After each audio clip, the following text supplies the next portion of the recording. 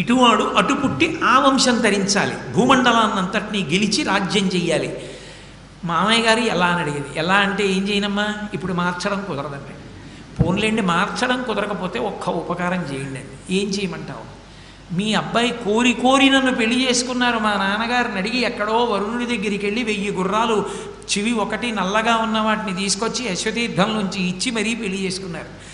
ఆయనకి తీసుకెళ్ళి పాపం నేను చూస్తూ చూస్తూ ఇంత క్షాత్రధర్మం ఉన్న కొడుకునిస్తే అయ్యో బ్రహ్మజ్ఞాని కొడుకుగా పుట్టకపోయాడే, ఇది చేసిన పొరపాటు వల్లని బాధపడతారు. అందుకని వాణ్ణి మనవణ్ణి చేసి నాకు బ్రహ్మజ్ఞానం ఉన్న వేరొకడు కొడుకుగా పుట్టేట్టు అనుగ్రహించండి. ఆలోచించాడు భృగువు. ఆ వంశంలోనేగా రావడానికి అంగీకరిస్తోంది కాబట్టి కొడుకుగా కాదు మనవడిగా వస్తాడులే. కొడుకుగా మళ్ళీ నీకు కూడా ఒక బ్రహ్మజ్ఞాని వస్తాడు. మీ అమ్మ కడుపున పుట్టేవాడిని మార్చడం కుదరదు, వాడు మాత్రం అలాగే వస్తాడు. కాబట్టి ఇప్పుడు గాది మహారాజు గారికి పుట్టినటువంటి వాడు కౌశికుడు. కౌశికుడు అంటే మహానుభావుడు, విశ్వామిత్రుడు. ఇక్కడ సత్యవతీదేవి కడుపున పుట్టినటువంటి వాడు జమదగ్ని. జమదగ్ని వేదములన్నీ చదువుకున్నటువంటి వాడు, మహానుభావుడు, గొప్ప బ్రహ్మతేజస్సు కలిగినటువంటి వాడు. జమదగ్ని కొడుకుగా వచ్చాడు. ఆ జమదగ్నికి పరశురాముడు పుట్టాడు. అంటే ఒక తరం వరకు వాయిదా పడింది. అసలు పుట్టడంలోనే ఇంత కథ నడిచింది, ఇన్ని పొరపాట్లు జరిగాయి. అందుకని అవతారముగా ఈశ్వరుడే దిగాడని చెప్పరు, ఆవేశావతారంలోకి తీసుకెళ్తారు పరశురాముని. ఒక అవతారాన్ని అలా తీసుకెళ్లాలంటే వెనక ఏదో కథ ఉంది అని గుర్తు. నేను మీకు ఇప్పుడు ఈ ఒక్క విషయాన్ని చెప్పడానికి మహాభారతం, ఆరణ్య పర్వం, శాంతి పర్వం, భాగవతం, బ్రహ్మాండ పురాణం 4 కలిపి చెప్పాను. ఎందుకంటే ఏ అవతారం గురించి చెప్పడమైనా తేలిక, కానీ పరశురామ అవతారం గురించి అనేక గ్రంథాలు చూడవలసి ఉంటుంది. కాబట్టి అటువంటి పరశురాముడు తల్లి చేసినటువంటి పొరపాటు వల్ల ఒక తరం వరకు వాయిదా పడి సత్యవతీదేవికి మనవడుగా వచ్చాడు. సత్యవతీదేవి మహాపతివ్రత. ఆ ఒక్క దాంట్లో అది ఈశ్వర నిర్ణయం కాబట్టి అలా పొరపాటు జరిగింది తప్ప ఆమె ఎంతటి సాధ్వీమణి అంటే ఆమె తన భర్త అయిన రుచీకునితో కలిసి సశరీరంగా స్వర్గానికి వెళ్ళిపోయింది. అంత గొప్ప తల్లి.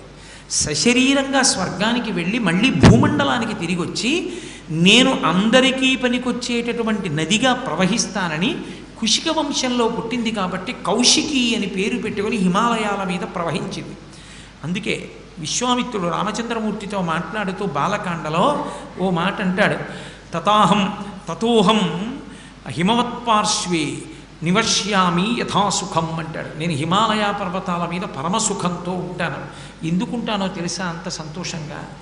భగిన్యా స్నేహయుక్తాచ, నా చెల్లెలి మీద నాకంత ప్రేమ, మా అక్కగారి మీద నాకంత ప్రేమ. చెల్లెలు కాదు, అక్క సత్యవతి. ఆమె కౌశికి రఘునందన. కౌశికి అన్న పేరుతో మా అక్క ఇప్పటికీ హిమవత్ పర్వతం మీద ప్రవహిస్తోంది.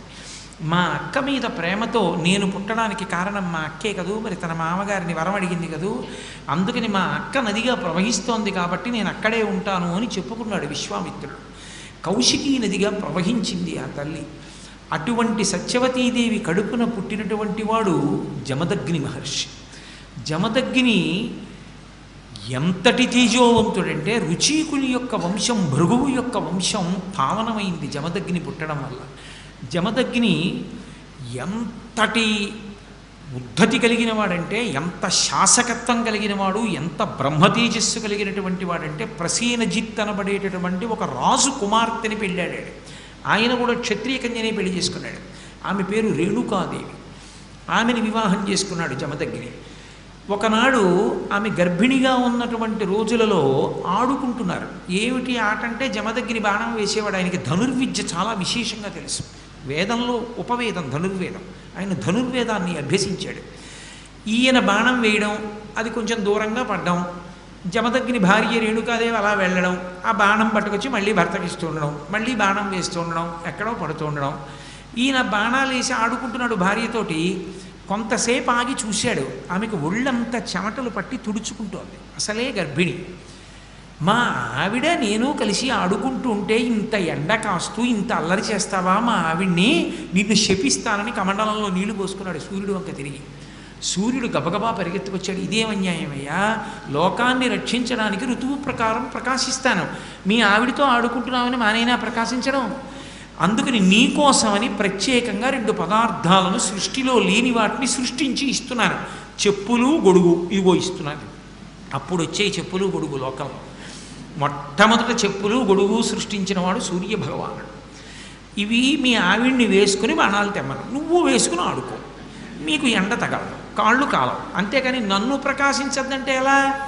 అప్పటి నుంచి గురువుగారికి ఇచ్చేటటువంటి విశేష బహుమానాల్లో గొడుగు చెప్పులు ఒకటయ్యే. ఆయనకే కాదు, ఎవరిని నారాయణ స్వరూపంగా చూస్తామో వాళ్ళందరికీ వాటిని బహూకరిస్తారు. అందుకే బ్రహ్మచర్యం వదిలిపెట్టి గృహస్థాశ్రమంలోకి వస్తుంటే మామగారు కాళ్ళు కడగాలి కదా, మరి నారాయణ స్వరూపంగా గొడుగు చెప్పులు ఇచ్చి తీసుకొస్తారు. స్నాతకం అని ఆయన ఏదో కాశీ వెళ్ళిపోతున్నాడు, అదో పెద్ద నాటకం. ఆయన ఏం కాశీ వెళ్ళిపోడు, పెళ్ళికే వస్తాడు. ఇంకా వీలైతే ఓ పూట భోజనాలు ఎగ్గొట్టడానికి మీ ఇంట్లోనే స్నాతకం చేసుకుంటామని వచ్చినటువంటి ఒక దీనుడు, వాడు కాశీ వెళ్ళిపోయిన పెళ్లి కొడుకు ఏమిటి? కాబట్టి గొడుగు చెప్పులు ఇవ్వడం అనేటటువంటి సంప్రదాయం అక్కడ వచ్చింది.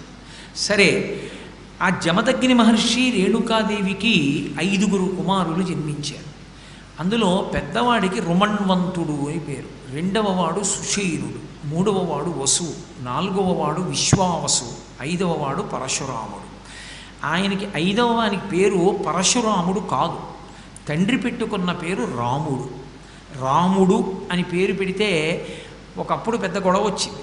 రామ అంటే ఇద్దరిలో ఎవరో ఒకడే రాముడు ఉండాలి, నువ్వు రాముడు నేను రాముడా అన్నాడు రాముడి దగ్గరికి వెళ్ళి.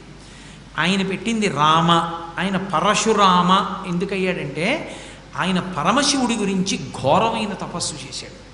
చేస్తే పరమశివుడు వ్యాధుడి రూపంలో వచ్చాడు.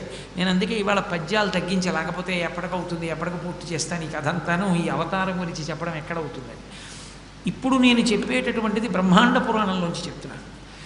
వ్యాధుడి రూపంలో వచ్చాడు. హిమవత్ పర్వతం మీద తపస్సు చేస్తుంటే భార్గవరాముడు అంటారు. ఎందుకంటే భృగువంశంలో పుట్టినవాడు కాబట్టి గుర్తుపట్టడానికి భార్గవరాముడు అంటారు. ఈ భార్గవరాముడు హిమవత్ పర్వతం మీద కూర్చుని పరమశివుడి గురించి తపస్సు చేశాడు. తపస్సు చేస్తే పరమశివుడు ఈయన్ని పరీక్ష చేద్దామని వ్యాధుడి రూపంలో వచ్చాడు. వ్యాధుడు అంటే వేటాడి మాంసం తినేవాడు అని. వచ్చి పెద్ద గద్దించాడు, ఎవరు నువ్వు ఇక్కడ ఎందుకు కూర్చున్నావని. ఇద్దరి మధ్య చాలా వాదులాట జరిగింది. ఎందుకు అరుస్తావు, కావాలంటే నువ్వు కూర్చుని జపం చేసుకో అన్నాడు. ఆఖరికి ఆ వ్యాధుడు పరమశివ రూపంలో సాక్షాత్కరించాడు. పరశురాముడు సంతోషించి స్తోత్రం చేశాడు. స్తోత్రం చేస్తే శివుడు సంతోషించి ఆయనకి ఒక గండ్రగొడ్డలిని బహూకరించాడు. అది ఎక్కడిది అంటే శివుడి చేతిలో ఉంటుంది ఆ గొడ్డలి. ధవళవపుషమిందోరు మండలే సన్నివిష్టం భుజగవలయహారం భస్మదిగ్ధాంగమీశం మృగయ పరశు పాణిం చారు చంద్రార్ధమౌళిం హృదయ కమల మధ్యే సంతతం చింతయామి అని. ఒక చేతిలో మృగాన్ని పట్టుకుని ఓ చేతిలో గండ్రగొడ్డలి పట్టుకుంటాడు. ఆ గండ్రగొడ్డలిని ఆయనకి ఇచ్చాడు. ఇచ్చి ఇక ఇక్కడి నుండి నువ్వు ఎక్కడైనా ఎవరైనా బాధపడుతూ ఉంటే వాళ్ళని రక్షించడానికి పరశువుని వాడమన్నాడు. ఆయన పరశువు వేసుకుని నడుస్తుండేవాడు, ఆ గండ్రగొడ్డలు పట్టుకుని తిరుగుతుండేవాడు. ఆ గండ్రగొడ్డలిని పట్టుకుని తిరుగుతూ ఉంటాడు కాబట్టి ఆ గండ్రగొడ్డలి పరమశివదత్తం కనుక అది ఆయన చేతిలో ఉండగా ఆయన్ని ఎవరూ నిర్జించలేరు కనుక, ఓడించలేరు కనుక పరశురాముడు అని పిలుస్తుండేవారు భయంతో ఆయన్ని. ఇటువంటి పరశురాముణ్ణి పరమశివుడు ఒకసారి మళ్ళీ పిలిపించాడు కైలాసానికి. దేవతలకి రాక్షసులతో యుద్ధం జరుగుతోంది, నువ్వు వెళ్ళి అక్కడ వాళ్ళకి సహాయం చెయ్యి, దేవతలకి రాక్షసులతో యుద్ధం చేయమన్నాడు. అంటే పరశురాముడు అన్నాడు, నా దగ్గర నువ్వు ఇచ్చిన పరశువు తప్ప ఇంకేం లేదు, నాకేం ధనుర్వేదం తెలియదు, నేను యుద్ధం ఎలా చేయగలనని అడిగాడు. అడిగితే పరమేశ్వరుడు ఒక వరం ఇచ్చాడు, నేను నిన్ను ఆవేశిస్తాను.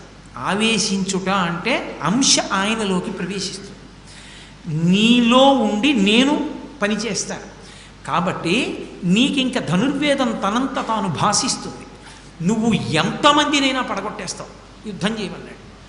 పరమశివావేశం కలిగింది. అందుకని ఆవేశావతారములలో ఒకటైంది పరశురామావతారం. ఆయన దేవతలకి సహాయంగా రాక్షసుల మీద యుద్ధానికి వెళ్ళి ఆ రాక్షసులందరినీ కూడా పడగొట్టాడు. పడగొడితే ఆయన ఒళ్ళంతా కూడా తుత్తునియల కింద కొట్టారు రాక్షసులు. నెత్తురు ఓడిపోయి పూచిన మోదుగు చెట్టులా అయిపోయాడు.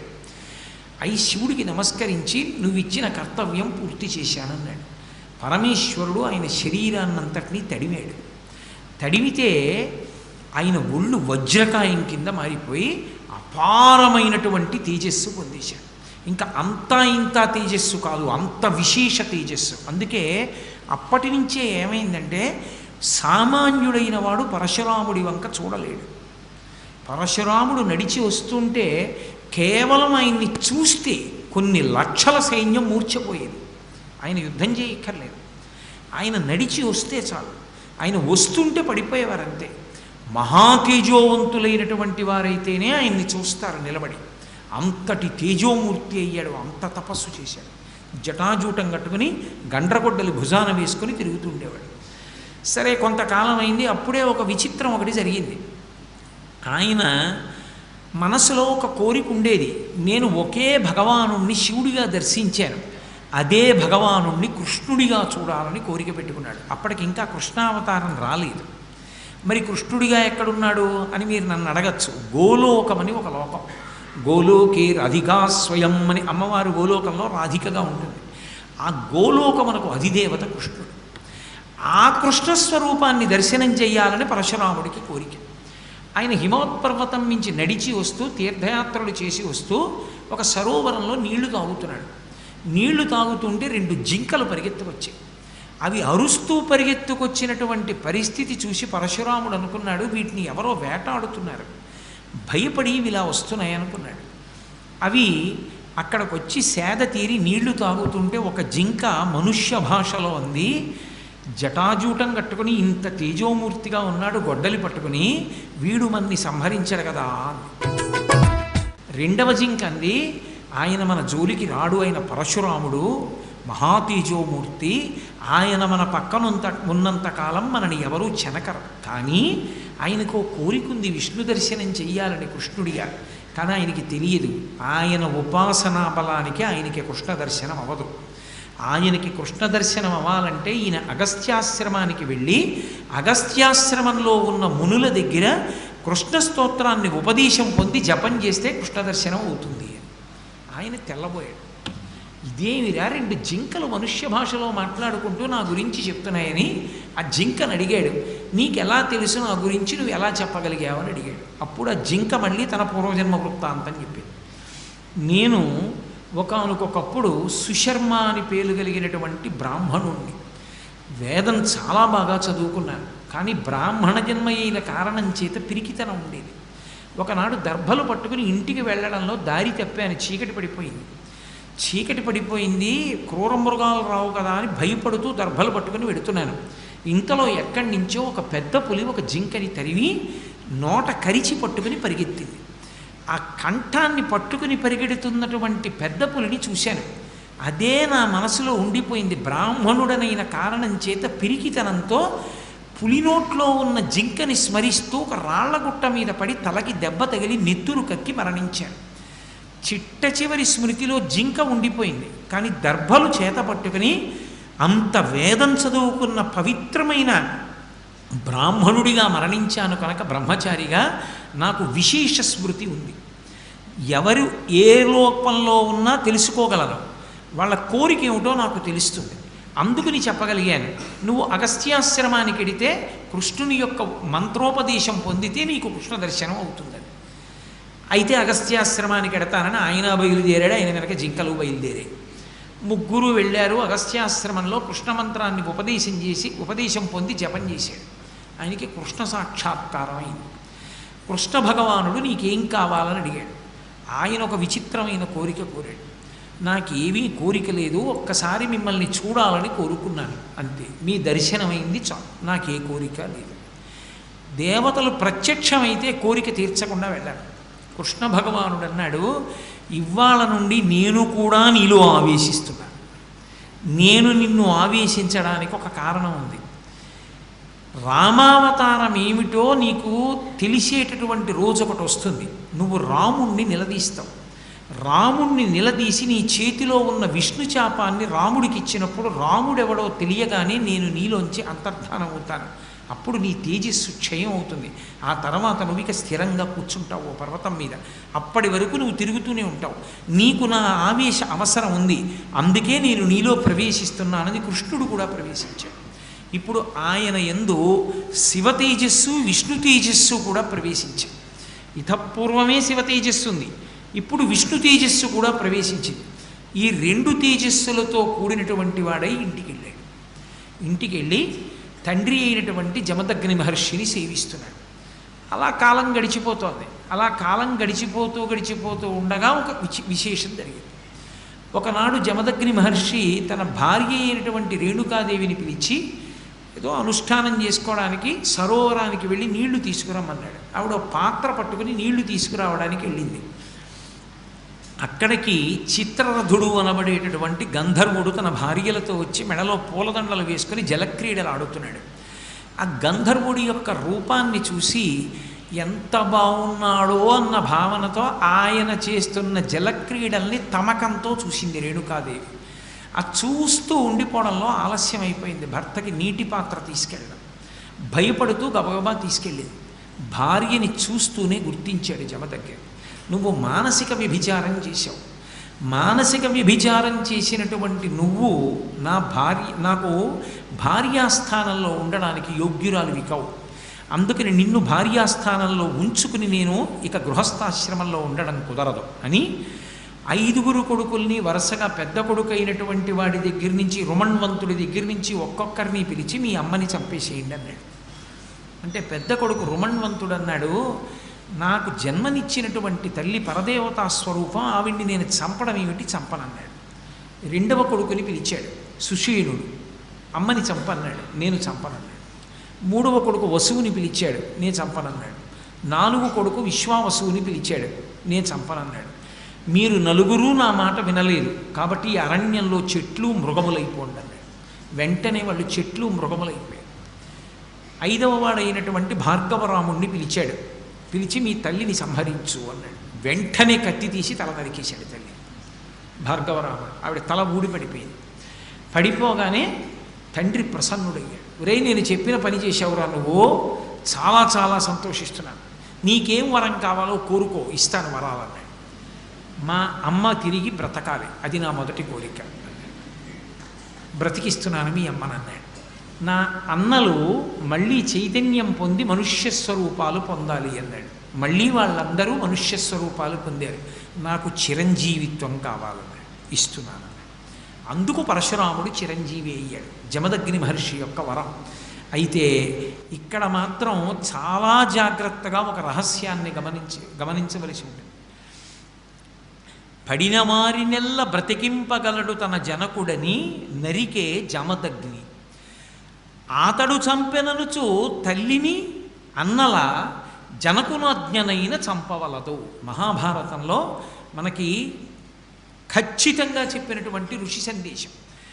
ఆయన చంపాడు అంటే పరశురాముడు, ఆయనకి తన తండ్రి అయిన జమదగ్ని మహర్షి యొక్క శక్తి తెలుసు. అమ్మ అలా ఉండిపోతే మానసిక వ్యభిచారం చేసింది కాబట్టి భార్యాస్థానంలో ఉండకూడదు, చచ్చిపోతే మళ్ళీ బతికిస్తే ఆ దోషం అక్కడతో పోయింది కాబట్టి మళ్ళీ భార్యాస్థానంలో ఉండొచ్చు, అందుకు చంపమన్నాడు. ఆ తండ్రి అంత శక్తివంతుడని తెలుసుకున్నవాడు కాబట్టి పరశురాముడు చంపాడు. సామాన్యమైనటువంటి వాళ్ళకి నిజంగా తండ్రి అంత శక్తివంతుడే అయినా తల్లిని అన్నల్ని చంపకూడదు. నాకు మా నాన్నగారు మళ్ళీ బతికిస్తారనుకుని చంపేశానండి, పరశురాముడు చంపలేదా అని అనడానికి వీలు లేదు. ఎందుకంటే పరశురాముడి యందు శివకేశవుల యొక్క ఆవేశం ఉన్నది ఆయనకి తెలుసు కాబట్టి చంపాడు. మనకు అలాంటి ఆవేశాలు ఉండవు, లేనిపోని కొత్త ఆవేశాలు మనకు ఉండకూడదు. అందుకని మహర్షి స్థిరీకరించి తీర్పు చెప్పారు. అతను చంపెననుచు తల్లిని అన్నల జనకునాజ్ఞనైన చంపరాదు. తండ్రి ఆజ్ఞాపించినప్పటికీ కూడా ఎట్టి పరిస్థితుల్లో జమదగ్ని అంటే జమదగ్ని యొక్క కుమారుడైన పరశురాముడు చంపాడని మనం మాత్రం తల్లి జోలికి తోబుట్టువుల జోలికి వెళ్ళరాదు. అలా చిరంజీవిత్వాన్ని పొందినటువంటి పరశురాముడు జమదగ్ని మహర్షి యొక్క కుమారుడై ఉండగా తండ్రి ఎంతో సంతోషించి కార్యక్రమాన్ని నెరవేరుస్తున్నాడు. పరశురాముడి జీవితం అనేకమైన మలుపులు తిరిగిపోయింది. జమదగ్ని మహర్షి ఆశ్రమంలో ఉన్నాడు. పరశురాముడు దర్భలు తీసుకురావడానికి పళ్ళు తీసుకురావడానికి అరణ్యంలోకి వెళ్ళాడు. మిగిలినటువంటి అన్నలు 4 ఉన్నా వాళ్ళది బ్రాహ్మణ తేజస్సు, వాళ్ళు పిరికివాళ్ళు. వాళ్ళు ఎంతసేపు ఏదో వచ్చిన వాడికి ఉపకారం చేయగలరు, ఏదైనా పట్టుకుపోతే వాడి కర్మ పరమేశ్వరుడు ఉన్నాడని ఊరుకుంటారు. ఈయనది అలా కాదు, ఈయనది క్షాత్ర తేజస్సు, ఊరుకోడు, కత్తెట్టుకుని వెంటపడతాడు. కారణం ఏమిటి? సత్యవతీదేవి కోరినటువంటి వరం వల్ల వచ్చినటువంటి లక్షణం అది. ఒకనాడు పరశురాముడు అరణ్యంలో ఉన్నాడు, జమదగ్ని మహర్షి ఆశ్రమంలో ఉన్నాడు, రేణుకాదేవి పక్కన ఉంది. ఉండగా ఒక చిత్రమైనటువంటి సందర్భం జరిగింది. కార్తవీర్యార్జునుడు అరణ్యానికి వచ్చాడు. ఈ కార్తవీర్యార్జునుడు విశేష శక్తి సంపన్నుడు. పౌరాణిక వాంగ్మయంలో కార్తవీర్యార్జునుడి యొక్క శక్తి ప్రత్యేకంగా ఎక్కడ కనపడుతుంది అంటే శ్రీరామాయణం ఉత్తరకాండలో చెప్పబడింది. అలాగే గురుచరిత్రలో దత్తాత్రేయ స్వామి వారి యొక్క పరిచర్య చేసి సంపాదించాడు ఆ శక్తులన్నీ. ఆయనకి 1000 బాహువులు, సహస్ర బాహువులతో ఉంటాడు. రామాయణం ఉత్తరకాండలో కార్తవీర్యార్జునుని యొక్క అనన్యమైన శక్తిని చెప్పారు. ఆయన నదీ తీరంలో కింది భాగంలో తన భార్యలతో కలిసి జలక్రీడలాడుతున్నాడు. అదే సమయానికి ప్రదోష వేళలో ఎందుకో రావణాసురుడు పుష్పక విమానంలో వెళ్ళిపోతున్నాడు. ఆయనకు అలవాటు ఉంది, ప్రదోష వేళ అయితే ఎక్కడున్నవాడు అక్కడే కిందకి దిగి సైకతలింగం చేసి ఆ సైకతలింగానికి పూజ చేస్తాడు. ఆయన నది ఒడ్డున దిగి స్నానం చేసి సంధ్యావందనం చేసుకుని సైకతలింగం చేసి దానికి ఆరాధన చేస్తున్నాడు. వీళ్ళకో పిచ్చి కోరిక పుట్టింది కార్తవీర్యార్జునుడి భార్యలకి, నీకు 1000 చేతులు ఉన్నాయి కదా, నదీ ప్రవాహాన్నంతటినీ ఆపేయగలవా 1000 చేతులతో అని అడిగారు. అది పెద్ద విషయమా అని 1000 చేతులు అడ్డుపెట్టాడు. అడ్డు పెడితే ఆ ప్రవాహం వెనక్కి వెళ్ళింది. వెనక్కి వెళ్ళి ప్రవాహం పెరుగుతూ వచ్చి ధ్యానంలో ఉండి పువ్వులు వేస్తున్నటువంటి రావణాసురుడి తొడల కిందకు వచ్చి ఆ పూజ చేస్తున్న సైకతలింగాన్ని కరగగొట్టి తీసుకెళ్ళిపోయింది. ఇసుక కరిగిపోదండి మరి నీళ్లు తగిలితే. అకస్మాత్తు ప్రవాహం ఎందుకు పెరిగింది కిందకెళ్ళి చూడమన్నాడు భటుల్ని. కార్తవీర్యార్జునుడు భార్యలతో జలక్రీడలాడుతున్నాడని చెప్పారు రావణాసురుడికి. అసలు వాడే పెద్ద ధూర్తుడు. ఆ కార్తవీర్యార్జునుడి 1000 చేతులు నరికేస్తానని యుద్ధానికి వెళ్ళాడు. ఆ కార్తవీర్యార్జునుడు లోకాన్ని భయపెట్టినవాడు రావణుడు అంటే సామాన్యమైన వాడు కాదు. వాడు వీడు భయపడితే పెద్ద విశేషం ఏంటండి. యమధర్మరాజు పారిపోయాడు రావణాసురుడిని చూస్తే. మీరు రామాయణం ఉత్తరకాండ చదివితే వీళ్ళందరూ దేవతలు దిక్పాలకులు కూర్చుని ఒక చోట మాట్లాడుకుంటున్నారు ఏదో పిచ్చాపాటి. అకస్మాత్తుగా రావణాసురుడు వచ్చాడు. తమంత తాముగా పారిపోతుంటే కనిపెట్టేస్తాడని అక్కడ కనపడ్డ జింకలో దుప్పిలో అన్నిటిలో తలకోడు దూరి పారిపోయారు. అక్కడ దూరడానికి ఇంకేం కనపడలేదు. పాపం దొరికిపోయిన వాడు ఎవరంటే యమధర్మరాజు గారు ఒకడే దొరికిపోయాడు. గద పెట్టి కొట్టేస్తాడు రా, ఇక్కడ కూర్చుని ఏం చేస్తున్నావు అంటాడని ఆయన అటు ఇటు చూశాడు. ఓ కాకి కనపడింది, ఆ కాకిలో దూరి పారిపోయాడు. పారిపోయి, ఓ కాకి, రావణాసురుడు వచ్చి నన్ను బాధ పెట్టక ముందే నువ్వు కనపడ్డావు కాబట్టి నీలో దూరి పారిపోయాను, అందుకే నీకు వరం ఇస్తున్నాను. ఎక్కడైనా తద్దినం పెడితే పిండాన్ని కాకి ముట్టుకుంటే పితృదేవతలు తరిస్తారు. అప్పటి నుంచే పిండాలన్నీ కాకులు ముట్టుకోవాలని గోడ మీద పెట్టి కావు కావని కాకి ముట్టుకుందని ఇంట్లోకి వెళ్ళిపోతూ ఉంటారు. అది రామాయణం ఉత్తరకాండలో యమధర్మరాజు గారు కాకి ఇచ్చిన వరం. అంటే యముడంతటి వాడు రావణుడికి భయపడితే రావణుడు కార్తవీర్యార్జునుడి మీదకి యుద్ధానికి వెళ్ళాడు. ఎక్కడ మళ్ళీ వెనక్కి రండి, నదీ తీరంలో కింద ఆడుకుంటున్న కార్తవీర్యార్జునుడి దగ్గరికి పెడితే ఆయన చూసి వీడెవడరా 10 తలల పురుగు యుద్ధానికి వచ్చింది నా మీదకని యుద్ధం చేయలేదు, ఇలా పట్టుకున్నాడు. పట్టుకుని తీసుకుపోయి ఈ పురుగు నేను భార్యలతో జలక్రీడలాడుతుంటే నా మీదకు వచ్చిందని కారాగారంలో బారేసి తలుపేసేయండి అన్నాడు. అందులో పడున్నాడు రావణాసురుడు. అంటే మీరు కార్తవీర్యార్జునుడి శక్తి ఊహ చేయొచ్చు. ఎలా విడిపించాలని ఆలోచించి మనవణ్ణి విడిపించుకోవడానికి పులస్త్య బ్రహ్మగారు, ఆయన ప్రజాపతి పులస్త్య బ్రహ్మగారు చతుర్ముఖ బ్రహ్మగారిని తీసుకుని వచ్చాడు. వచ్చి ఒరే నాయన వాడు మా ముని మనవడరా, వదిలిపెట్టేసేయమంటే ఈ విషయం నాకు తెలియదండి, నేనేదో మా భార్యలతో ఆడుకుంటుంటే వచ్చి అల్లరి చేశాడు, అందులో పడేశాను, తలుపు తీయించి వాడిని వదిలి